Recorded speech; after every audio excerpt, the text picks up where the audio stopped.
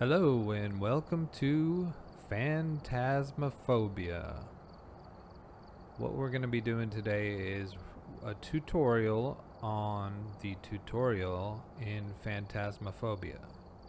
So we're going to go through, and when I played I had some difficulty kind of understanding what I needed to do, and also the big thing for me was the controls. So I'm going to walk you through um, how to get through that first tutorial easily. So let's go ahead and start playing the game.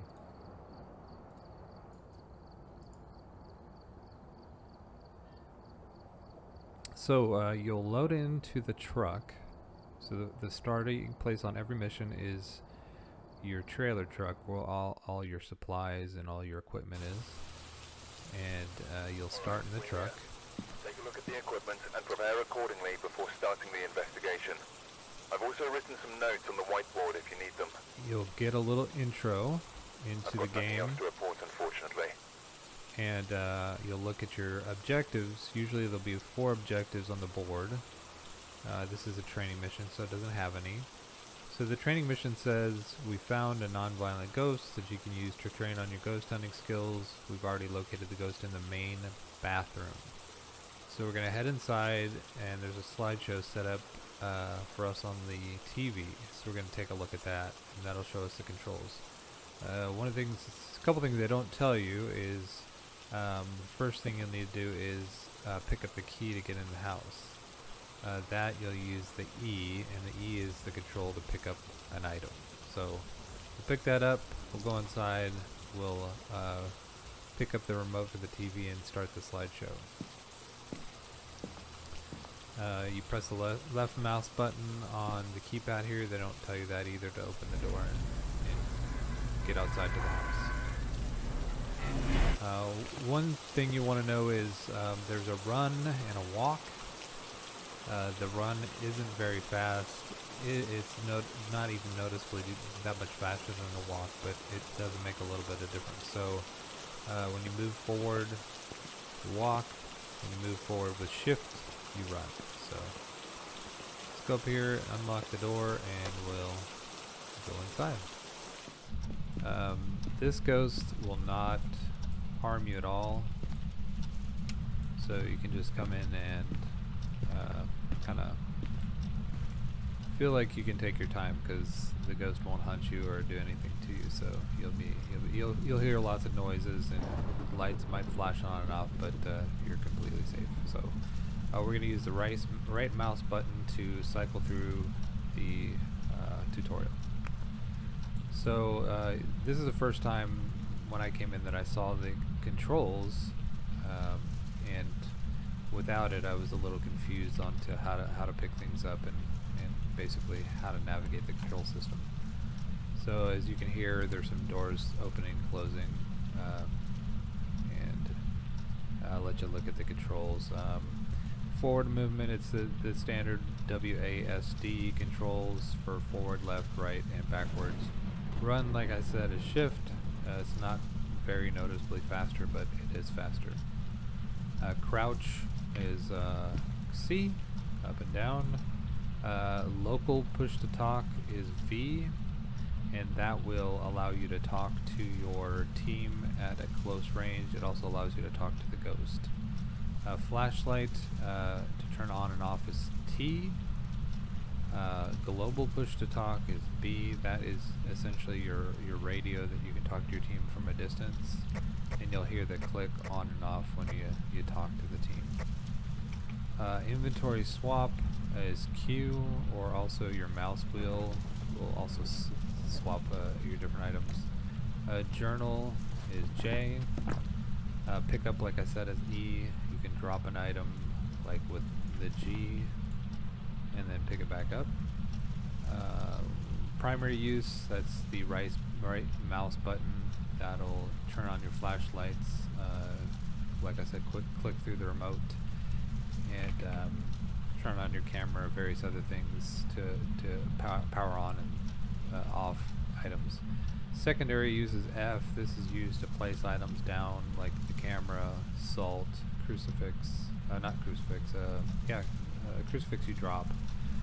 But a couple of the other action items, placing sensors on the wall uses F. Yeah, that's that. So we're gonna get our first. Let's talk about this. On an investigation, you will have around 5 minutes before the ghost will anger and drop your sanity faster. Use this time to set up equipment and find the ghost. For today, though, you don't have to worry about that.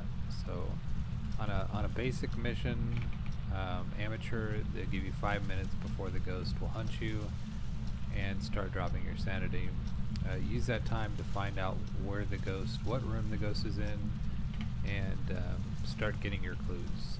The clues are, they're going to talk about this in the slideshow. The first one is set up a video camera inside the ghost room, then head back to the truck and watch the CCTV monitor for a ghost orb. If you spot one, write it on the last page of your journal. If not, then go to the next page. So we're going to drop our remote here, and then we're going to go get the video camera. Now you kind of got to be careful about where you put the video camera. You want to make sure there's no ambient light or as little as possible, and the camera is kind of facing into the room.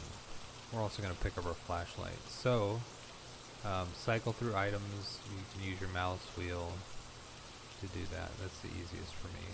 Turning things on and off. Right click when your flashlight isn't appearing on your screen. You can use T to turn it on and off. The camera, right mouse button will turn it on, and we're going to go inside and give it a spot in the bathroom. I think they said bathroom. Let's double check that. Let's see. In the main bathroom, I assume that is the first bathroom on the left. So we'll take a look in there and see. There'll probably be some water in the sink, which will have turned dirty. That's another indicator of a spirit presence. Let's get some light on in here.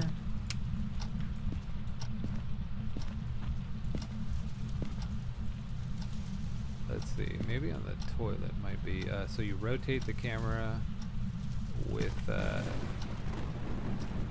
your left mouse button, and then you place it by pushing F.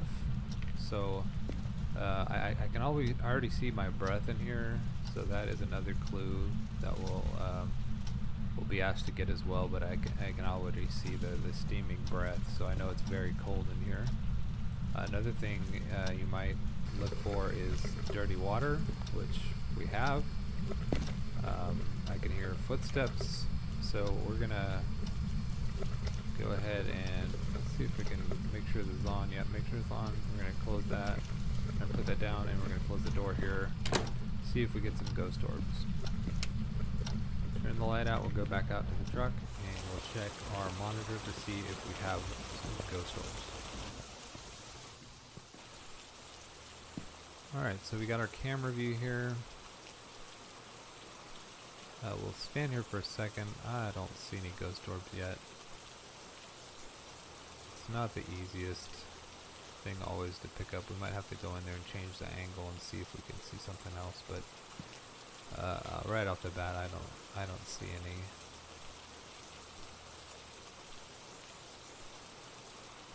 Why don't we go in and pick up the second clue it asked us for, and then we might adjust the camera as well. So let's go back in there. One of the more challenging parts of the game is actually finding the room that the ghost is in. It's helpful that they tell you. There's another piece of evidence, a bone on the ground. That's a good thing to get a picture of and actually pick up, and you get cash for that in the game. So we're gonna get the remote and we'll go to the next page. Grab the ghost writing book and place it inside the ghost room. If the ghost writes on the pages, then write in the last page of your journal. If not, then go to the next screen. We will go get the book. We'll go get the book, we'll adjust the camera, and then we'll go back and look for ghost orbs again.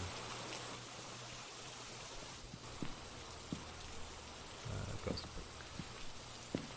Alright.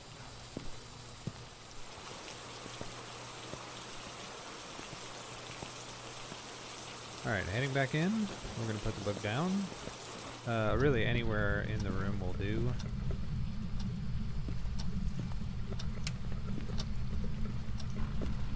It's helpful sometimes to put it on a camera so you can see it, but if you put it on the camera with F, that'll be good too. We'll pick up the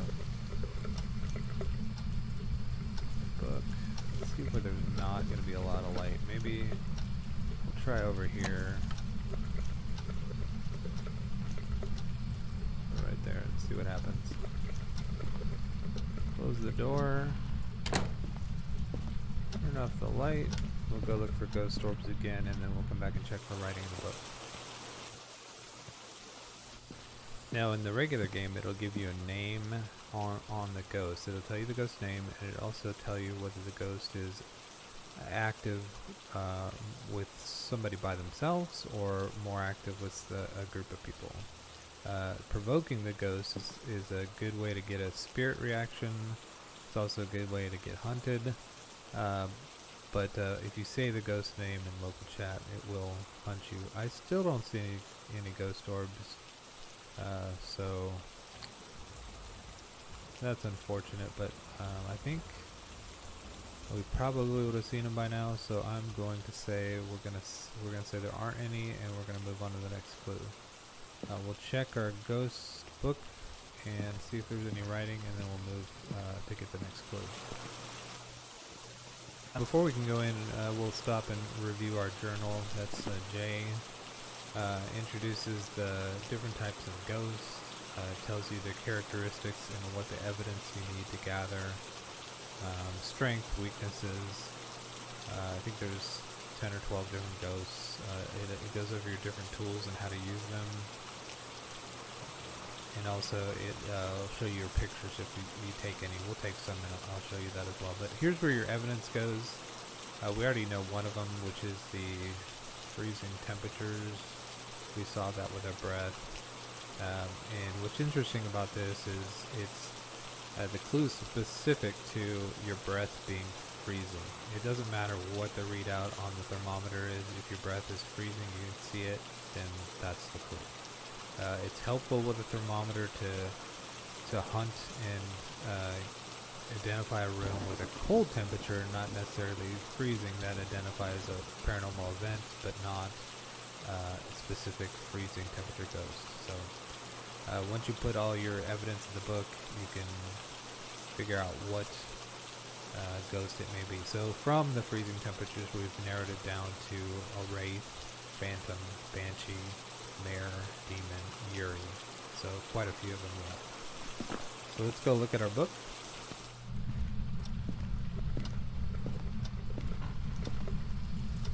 See if there's any writing. No writing, so that is not a clue. We'll leave that in there and we'll go see what our next option is. Okay, going to the next clue. Okay, now we want to go get the spirit box and try to get the ghost to respond audibly to us. It's already flashing lights and moving around the doors, which is not abnormal. Pretty active ghost. We're going to go get the spirit box up. The spirit box is a little challenging. What you have to do is basically get in a room as dark as possible. It oftentimes helps if you're alone to get it to respond. So we'll go in there and see what we can make happen. And then we're going to do the local chat. Can you hear me? Oops, we need to turn that on first. Can you hear me? Will you speak to us? Behind. So it said behind. So, yep. So we got that clue. We can drop the spirit box in here, and we can move on to the next clue. So we got two now. We'll adult, I think it said. So we're gonna put that in our book. Spirit box, and that narrows it down to wraith, mare, demon. All right, we'll pick up the remote. Freezing bath we got already. UV, so we're gonna go with the UV torch and sweep for fingerprints, and get that. We'll be right back.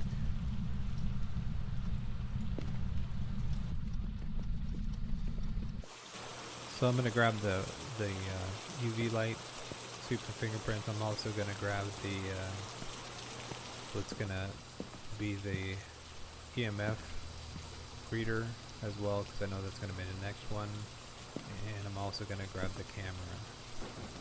Oops, I can't because I have a flashlight. So I'll leave that there. We'll come back to that. The UV light you can activate with the right mouse button, and it's helpful but not required that you have it dark. It shows up a little better, but you can see the palm print right there on the door. Let's see if there are any other. I don't see anything. There's one on the window up there too, with multiple fingerprints. Maybe one on the light switch in here too, if there is one. Yep, there's a little fingerprint there. So we got our last clue. I'll show you. Let's go show the EMF box as well. That's you can. Oh, jeez. Just ghost just appeared. Anyways, the EMF box is basically the light that lights up from left to right. Right indicates a 5, and that's the clue. So we won't get 5 here because we already know that the last clue is fingerprints, and we already know that we're dealing with a wraith. So we'll go on there. It may give you a 2, it may give you a 3, but we'll see if it gives us anything. So it's still in here. Again, it's not going to hurt us. It did try to hunt us. I didn't know it did that. And it didn't give us an EMF reading, so it probably should with the dirty water in there, but it didn't. Okay, we can drop this.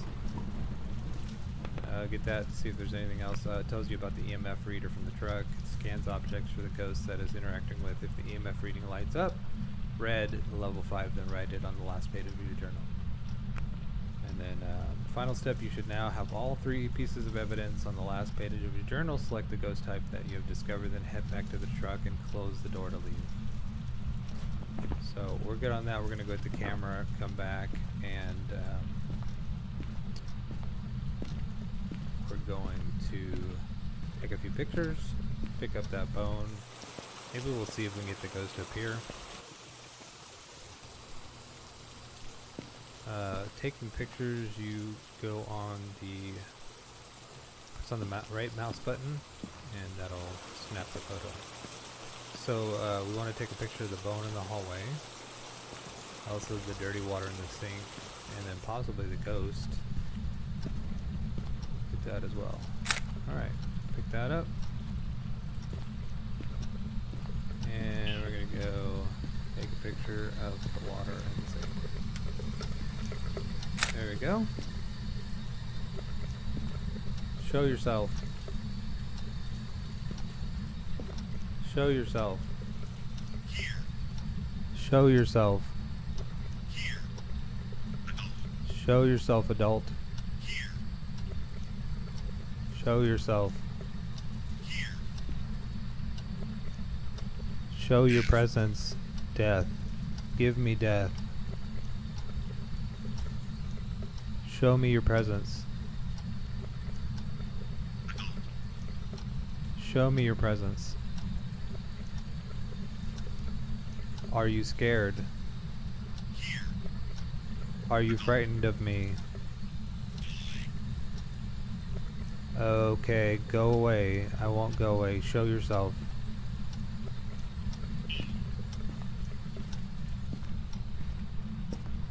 Show yourself.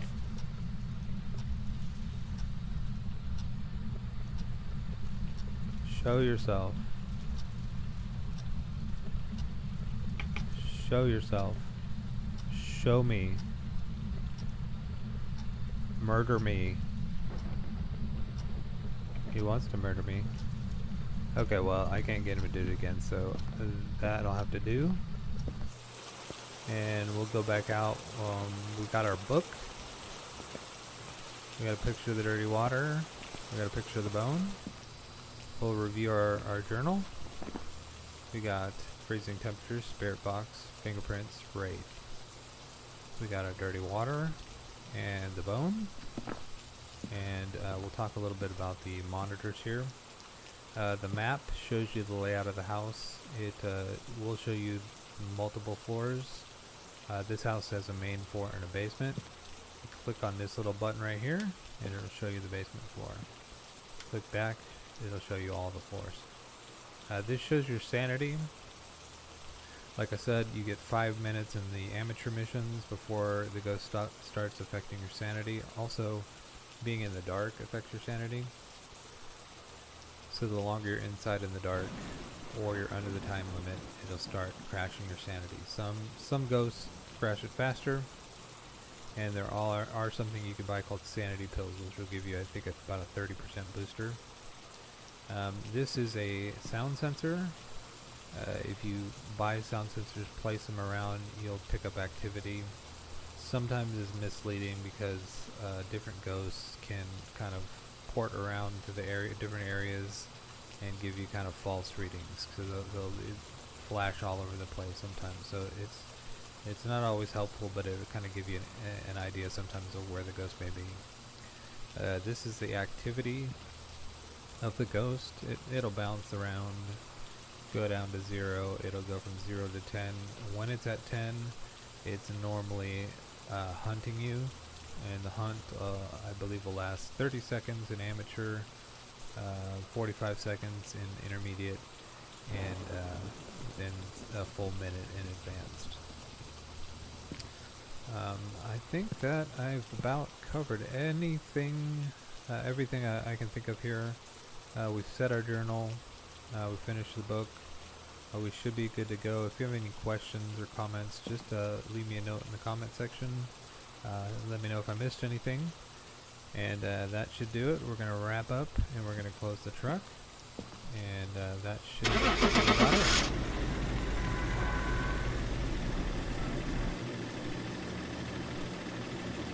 We'll make sure we were right here.